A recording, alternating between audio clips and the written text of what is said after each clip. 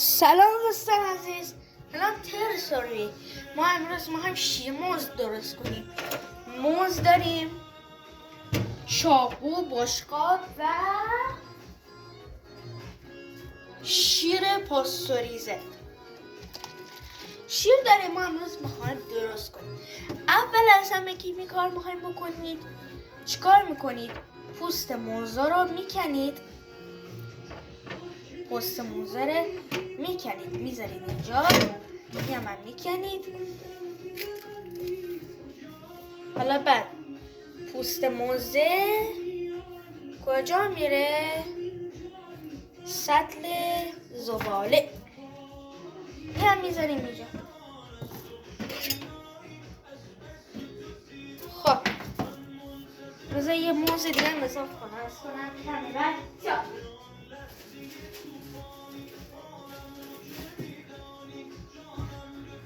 خب یه موز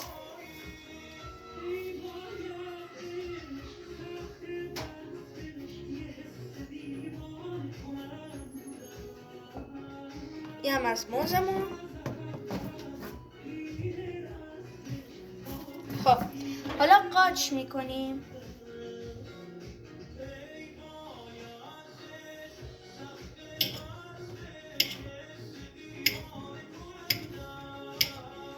تایی خوب برشش میدیم. تایی باید قاچ کنیم چون اگر همون توی بذاریم خراب میشه.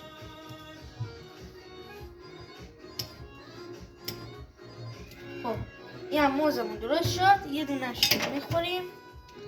خب همه رو میریزیم توی. الان درست میکنیم.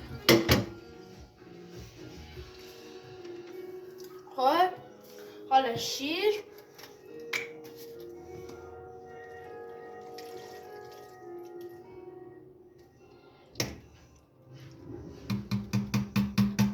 حسابی تموم شد. حالا سرش رو میبندیم. میزنیم. یه دونم دیگه مونده. حالا میزنیم تو برق. بچه شکر هم نیاز داریم تا شیرین شه.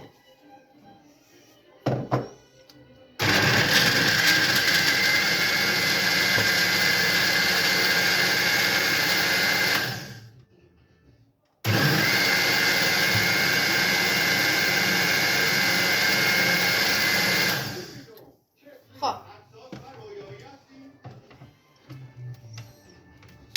حالا شکر هم میریزیم تا شیرین شه.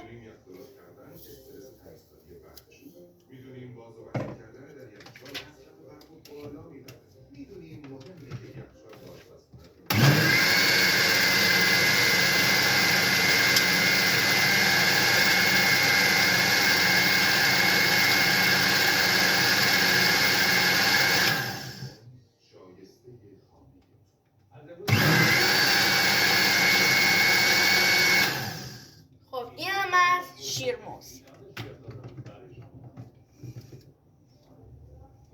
اصلا هیچ کاری نداره. خب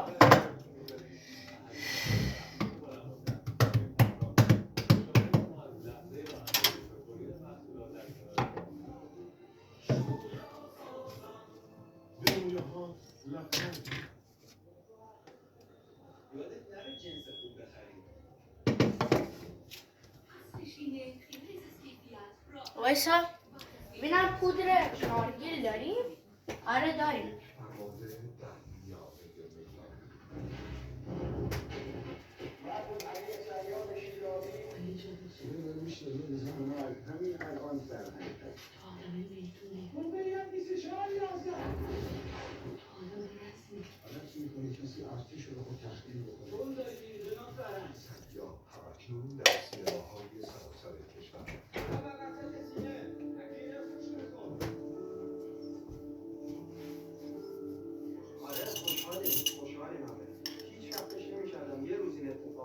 حتما این ویدیو لایک کنید و برای که بلد نیستن شیر موز درست کنند بفرستید.